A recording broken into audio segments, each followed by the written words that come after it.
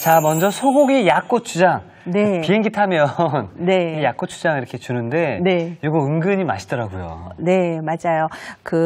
만들어 놓으면 사실 저장성이 좋기 때문에 냉장고에 보관하면 뭐 비빔밥을 해 먹든 아니면 그냥 뭐 채소 같은 거 찍어 먹든 정말 요긴하게 쓸 수 있는 거거든요. 네네. 보통 이제 고기를 사갖고 오면 그대로 사용하시는 경우도 있는데 놓고 보면 나중에 약간 핏물이 있는 경우가 있어요. 네. 그래서 다진 쇠고기를 사용하시기 전에는 이렇게 해서 키친타올로 한번 이렇게 닦아주는 거예요. 그러면은 핏물이 조금 없어져서 좋거든요. 네. 이렇게 해서 고기의 핏물을 좀 제거하고 준비를 해서 다진 육을 준비해주면 좋을 것 같아요. 그래서 보통 이렇게 준비를 해주시면 좋고요. 네. 여기에 이제 들어가는 재료들은 이제 다양한 것들이 많은데 오늘 이제 고추장은 볶을 거니까 준비했고요. 여기에 양파 다진 거, 파 다진 거, 그리고 마늘 다진 거 이렇게 해서 고기랑 갖은 양념 들어가는데요. 여기에 지금 뭐 설탕, 매실청 여러 가지 들어가는데 마지막에 잣이 들어갈 거예요. 이 잣 같은 경우는 여기에 보면 거의 깨끗하게 되어져 있긴 하지만 가끔 한두 개가 끝에 이렇게 곡갈이 씌워져 있는 경우가 있어요. 네. 그럴 때는 떼어주시면 되거든요. 그냥 똑 하면 떨어져 나가요. 그래서 잣도 오늘 한번 준비를 해서 한번 만들어 볼 텐데요. 먼저 불로 이동을 먼저 하나요? 네. 네. 자, 먼저 약고추장을 만들 때는 조금 두께가 두꺼운 팬을 쓰시는 게 좋거든요. 깊이도 좀 있고요. 네, 그래서 은근하게 약간 볶으면서 푸덕푸덕 할 수 있어서요. 기름을 먼저 둘러주시는데요. 네, 먼저 마늘, 다진 마늘, 네, 그리고 양파 다진 거. 향신 채소라고 하는 건데요. 그리고 대파도 초록 부분이 아니라 흰 부분을 이렇게 해서 곱게 다져주는 거예요. 이렇게 해서 향신 채소를 먼저 기름에다가 볶아주세요. 그러면은 기름에 향신 채소의 감칠맛이 나오거든요. 네, 그러면은 이렇게 해서 세 가지가 조금 볶아지고 있을 때 여기다가 다진 고기를 넣어주는 거예요. 다진 고기를 넣어서 볶아주는데 다진 고기는 덩어리가 질 수가 있거든요. 그래서 이 넓은 면적을 그대로 이용해서 볶아줄 수 있도록 이렇게 해서 잘 풀어주는 거죠. 네. 나중에 시간이 지나서 열이 가열되다 보면 이 다진 고기가 덩어리 질 수 있거든요. 그러면 어느 곳에는 큰 고기 덩어리가 있고 어느 곳은 없을 수도 있고 하기 때문에 볶는 과정에서 충분히 이렇게 해서 잘 저어주세요. 이 소고기 약고추장은 냉장고에 두고두고 뭐 비빔밥이라든지 뭐 쌈을 찍어 먹을 때 좋다라고 말씀하셨는데 이게 유통기한이 좀 궁금하거든요. 어느 정도 저장해서 먹을 수 있나요? 보통 약고추장 같은 경우는 쇠고기 넣고서 만들어서 냉장고에다가만 잘 보관을 하시면요. 오래도록 볶아서 끓이기 때문에 한 20일에서 25일 정도? 한 달가량? 네, 그 정도는 드셔도 가능하거든요. 근데 냉장 보관을 잘 해주셔야 되겠죠. 그리고 가급적이면 만들어서 먹고 빨리 먹는 게 좋긴 한데 이거는 또 놓고서 먹는 그 매력이 있잖아요. 그래서 이렇게 볶아서 넣어서 한 25일에서 한 달 정도 보관하실 수 있을 것 같아요. 이렇게 한 80% 정도 볶아지면 여기에다가 약고추장을 만들기 위한 고추장을 넣을 거예요. 이렇게 해서 긁어서 넣어주시고요. 고기하고 이 약고추장이 잘 섞이도록 저어주시는 거죠. 사실 고기랑 고추장이랑 궁합이 잘 맞잖아요. 그렇죠. 영양 밸런스도 되게 좋아서요. 그냥 고추장만 먹는 것보다 다진 고기가 들어가면 단백질이 들어가고 또 채소 같은 것들이 들어가기 때문에 영양 밸런스가 되게 좋거든요. 여기다가 매실청 그리고 여기에 깨소금도 좀 넣어주시고요. 그리고 꿀은 오늘 설탕과 꿀은 있는데요. 꿀은 맨 나중에 향을 내줘야 되기 때문에 맨 마지막에 넣어줄 거예요. 그리고 후추도 약간 넣어주시고요. 이렇게 해서 불을 좀 줄일 거예요. 약하게 줄이고 이렇게 해서 불에서 은근하게 우리가 이걸 오래도록 보관할 수 있는 이유가 은근하게 오래도록 볶았기 때문에 그래도 냉장고에서 오래도록 보관할 수 있는 거거든요. 이렇게 해서 조금 볶을 수 있도록 충분히 데워진 상태에서 이제 볶아주시면 될 것 같아요. 그래서 다른 요리 하시면서 가끔씩 와서 보면서 또 저어주고 이렇게 하면 돼서 최대한 불을 좀 줄일 거예요. 이렇게 줄여서 조금 더 볶을 수 있도록 몇 분 정도 더 볶아주는 게 좋을까요? 앞으로 한 7분에서 10분 정도 10분 약한 정도. 불에서 네, 은근하게 조금 볶아주도록 할게요. 그래야 이제 또 저장 기간도 길어지게 되는 거죠? 그렇죠. 이렇게 해서 준비를 해놓으시면 돼요. 자, 그럼 저게 잘 더 끌 동안 저희는 연근 부추전을 계속해서 만들어 보도록 하겠습니다. 네, 연근은 요즘에 되게 이렇게 잘 먹을 수 있는 뿌리채소 중에 하나이거든요. 그렇죠, 예. 그래서 이 연근을 일단 먼저 껍질을 벗긴 다음에 한 8mm 정도 두께로 썰어주세요. 근데 연근이나 뭐 우엉이나 이런 재료들은 잘라서 놓으면 조금 약간 색깔이 갈변돼요. 뭐 감자나 이런 것처럼. 그렇죠. 예. 그래서 우리가 물에다가 보관을 해주는 게 좋거든요. 근데 물에 보관할 때 그냥 이렇게 물에다가 넣는 것보다는 물에다가 식초를 한 방울 넣은 다음에 이렇게 보관해주면 색깔이 변하지 않고 좋아요. 그래서 이렇게 준비해 놓으면 좋고요. 보통 연근전 같은 경우는 그대로 부쳐서 먹는 경우도 있지만 연근을 살짝 데쳐서 이용을 해주면 더 좋거든요. 그래서 이렇게 물에다 담궈서 색깔이 변하지 않게 준비가 되어진 상태에서 한번 끓는 물에다 살짝 데칠 거예요. 그래서 일단 데쳐보도록 하고요. 여기 들어가는 채소를 한 번만 곱게 다져서 준비를 한번 해보도록 할게요. 그러니까 연근 부추전이니까 연근과 부추가 함께 어우러진 전인 거죠? 네, 여기에 지금 당근하고 부추를 조금만 넣어서 이제 곱게 다져줄 건데요. 이렇게 해서 그 전 반죽에다가 이 채소를 좀 집어넣어서 부칠 거예요. 그래서 이왕이면 곱게 다져주는 게 좋거든요. 곱게. 네, 이렇게 해서 이렇게 해서 안에 같이 들어갈 거니까 이렇게 곱게 썰어서 준비를 해주시면 될 것 같아요. 사실 저 연근이라는 게 제가 어렸을 때 집에 요리책이 하나 있었는데 모양은 너무 예쁘게 생겼잖아요. 네네. 그래서 이거 먹어보고 싶다 해서 먹어봤었는데 아무 맛이 안 느껴져서 깜짝 놀랐던 기억이 있어요. 지금은 연근이 좋아지셨나요? 서서히 좋아지고 친해지는 단계입니다. 아, 그래요? 그러니까 제가 그 연근, 뭐 우엉, 그리고 뭐 이런 뿌리채소들과 친하지가 않았거든요. 그래서 취업일을 하면서 야, 이렇게 먹으니까 맛있구나. 그리고 건강하다는 걸 좀 배워가고 있습니다. 네, 몸에 먹었을 때 사실 연근은 영양이 되게 좋기 때문에 특히 우리가 인스턴트 음식이나 환경 같은 부분에 있어서 몸에 안 좋은 것들이 이런 뿌리채소, 연근, 우엉 이런 것들이 많이 밖으로 배출할 수 있도록 도와주거든요. 그래서 사실 많이 드시는 게 좋아요. 많이 먹어야겠네요. 네, 여기에 지금 부추도 그냥 이렇게 송송송송 썰어주면 돼요. 이렇게 해서 오늘 같이 요리에다가 같이 한번 이용해 보도록 할게요. 그래서 부추 송송이까지 썰어서 준비를 해놔주면 될 것 같아요. 이러면 연근 부추전에 들어갈 채소 준비가 되어졌어요. 자, 이제 한번 데치어야 되는데요. 데치러 가기 전에 우리 아까 그 약고추장 볶던 거 한번 가서 보도록 할게요. 약불로 이렇게 끓이는 상태에서 꿀을 넣어야 된다고 아까 말씀하셨거든요. 네, 맞아요. 지금 이제 우리가 은근하게 끓인 다음에 이제 꿀을 나중에 넣어줄 거예요. 향도 살아나고요. 훨씬 좀 맛을 좋게 하기 위해서 이렇게 해서 꿀을 마지막에 넣어주시면 좋고요. 꿀이 그러면 코팅 역할도 해주나요? 그렇죠. 윤기도 나고 향도 나고.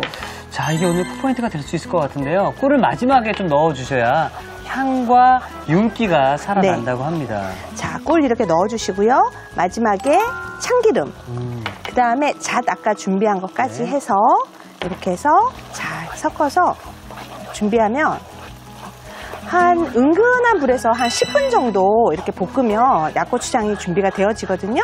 이렇게 해서 준비해 놓으면 될 것 같아요. 선생님, 숟가락에 묻은 꿀을 먹는데 꿀맛이에요. 야, 꿀맛이네, 진짜로. 자, 이렇게 해서 준비가 되어졌고요. 네, 아주 좋죠. 이제 물이 끓고 있는데 아까 여기 준비했던 연근을 식초물에다 우리가 담궈놨었잖아요. 이거를 한번 데쳐줄 거예요. 데치는 이유는 전을 부쳤을 때 이 연근이 좀 약간 안 익을 수 있거든요. 그래서 한번 데쳐주면 조금 더 쉽게 전을 부칠 수가 있어서 이렇게 불에 넣어가지고요. 한 1분 정도? 만약에 데치지 않으면 너무 사각사각해가지고 산 거 먹는 느낌이 날 수 있거든요. 그래서 그냥 가볍게 끓는 물에다가 한 1분 정도만 데쳐주시면 될 것 같아요. 자, 이렇게 해서 완전 투명해지진 않았지만 약간 좀 뽀얀 느낌. 이렇게 해서 준비가 되어졌거든요. 자, 이렇게 해서 연근 준비해 주시면 되고요. 우리가 이제 연근을 반죽을 해야 되거든요. 반죽을요? 그래서 예. 연근 전 반죽을 할 건데 밀가루 중력분은 우리가 보통 쓰는 다목적 밀가루거든요. 그래서 글루텐 함량이 한 중간 정도 되는 밀가루예요. 그래서 여기에다가 중력분 넣어주시면 되고요. 여기 달걀 전란 2개. 예. 그다음에 물. 그리고 소금. 간 좀 되게 살짝 이렇게 섞어서 거품기로 잘 저어주세요. 이렇게 해서 달걀도 잘 풀어지고 그다음에 밀가루도 덩어리 지지 않게 잘 풀어주면 좋을 것 같아요. 그냥 연근만 하얗게 부쳤을 때보다 훨씬 식감이 손이 좀 많이 가거든요. 그래서 이렇게 해서 자, 덩어리가 하나도 없이 다 풀어졌죠. 자, 이렇게 해서 준비가 되어지면 여기에다가 아까 준비했던 당근. 그리고 부추. 색깔 예쁘네요, 진짜로. 이렇게 해서 잘 섞어주세요. 만약에 지금 소금을 약하게 했는데요. 간장을 만들어서 찍어 먹으면 되니까 간을 그렇게 세게 안 하셔도 돼요. 약간만 간을 해주셔서 준비를 해놓으시면 될 것 같아요. 이렇게 준비가 되어지고 나면 데쳐서 준비한 이 연근을 밀가루에다가 한번. 그러니까 이 연근을 밀가루에 묻히는 이유는 양념이 더 잘 묻게 하기 위해서인가요? 그렇죠. 이 옷을 반죽 옷이 조금 더 잘 묻게 하기 위해서 이렇게 준비하는 거거든요. 이렇게 해서 한번 밀가루를 가볍게 이렇게 해서 같이 묻혀주실래요? 네네. 이렇게 해서 연근이 따뜻하네요. 네, 이렇게 해서 한 김 식은 다음에 하면 되는데 이렇게 해서 바로 해서 이용을 하실 때 밀가루 가볍게 섞어서 준비해 놓으면 될 것 같아요. 그냥 먹고 싶을 때 이렇게 부치셔도 좋고요. 또 고기 좋아하실 때는 고기 반죽을 여기다 사이에다 넣어서 전을 부쳐 먹어도 되게 맛있어요. 자, 이렇게 해서 준비가 되어지면 밀가루를 잘 고루 묻혀야지만 이 옷이 잘 묻거든요. 이렇게 해서 아까 만들어 놓은 부추랑 당근이 들어가 있는 그 반죽 옷에다가 연근을 넣어주는 거예요. 가볍게 숟가락으로 잘 저어주세요. 반죽옷이 잘 묻을 수 있도록 잘 저어서 전체적으로 잘 묻을 수 있도록 준비를 해주시면 좋고요. 여기에다가 이제 팬이 달구어지면 여기에다가 기름을 조금 넉넉하게 두를 거예요.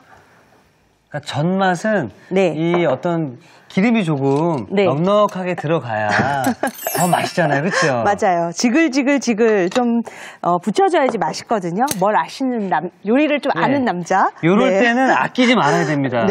자, 이렇게 해서 얹을 때는요, 이렇게 해서 젓가락으로 이렇게 얹어주면 좋거든요. 이렇게 해서 아이도 좋고 보기 좋은 게 또 맛도 있다 그러잖아요. 맞습니다. 그래서 이렇게 해서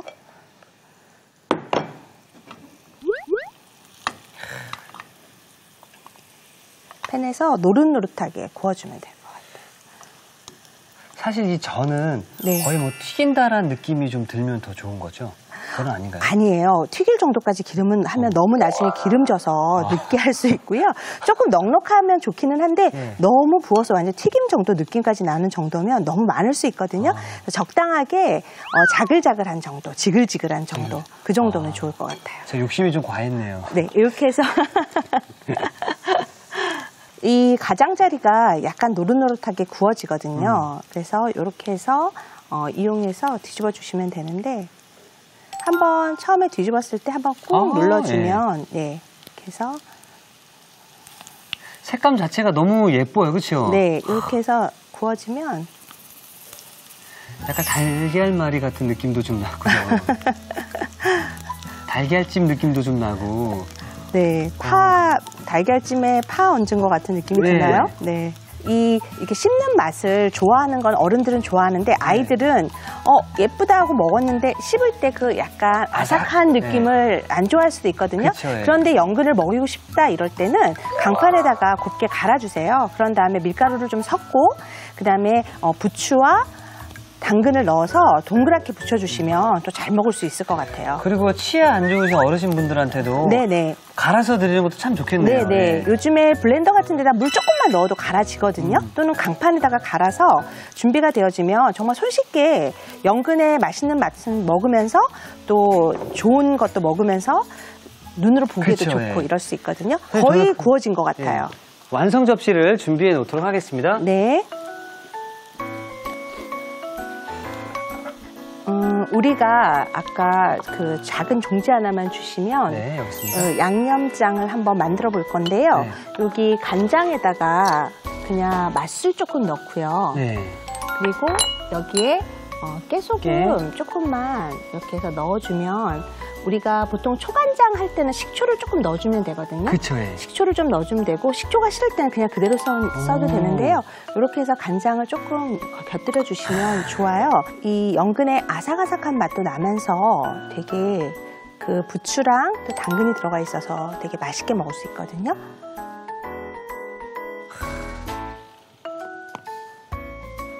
이렇게라도 또 드시면은 이왕 먹는 거 네. 조금 더 맛있게 먹으면 얼마나 좋습니까? 또 그냥 조림 같은 거를 아마 많이 해 드셨을 거예요. 그쵸, 연근을 예. 간장에다가 그냥 졸여서 많이 드셨을 텐데요.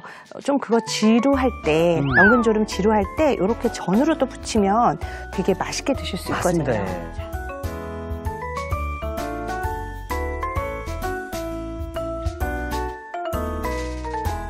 자, 부추향이 더해져서 더욱더 먹음직스럽습니다. 자, 겨울철 면역력을 높이는 영양 만점 연근 부추전이 완성이 되었고요. 자, 저희는 계속해서 소고기 약고추장이 잘 되었는지 확인해 보도록 하겠습니다. 네, 아까 우리 이제 볶아서 네. 충분히 준비해 놓은 거 이제 완성되어졌거든요. 네.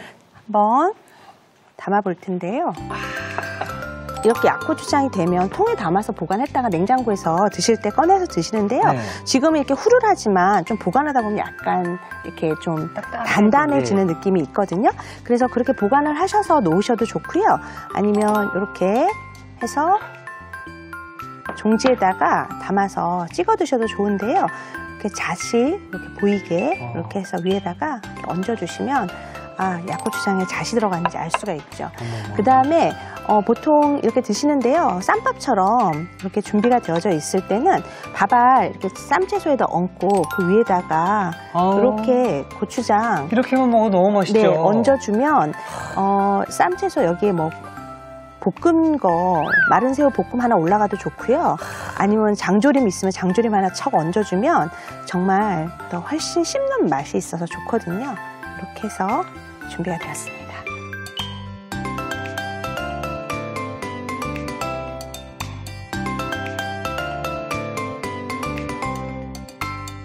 자, 정말로 만능 반찬인데요. 매콤하고 고소한 소고기 약고추장이 완성되었습니다. 여러분의 밥상을 더욱 특별하고 맛있게 오늘의 콕포인트를 살펴볼까요? 매콤 고소하게 즐기는 소고기 약고추장, 맛깔나게 만드는 비법을 공개합니다. 소고기 약고추장의 재료가 다 섞였을 때 마지막으로 꿀을 넣어주는 게 키포인트. 이렇게 하면 윤기가 살아난다는 사실. 자꾸만 손이 가는 마성의 맛.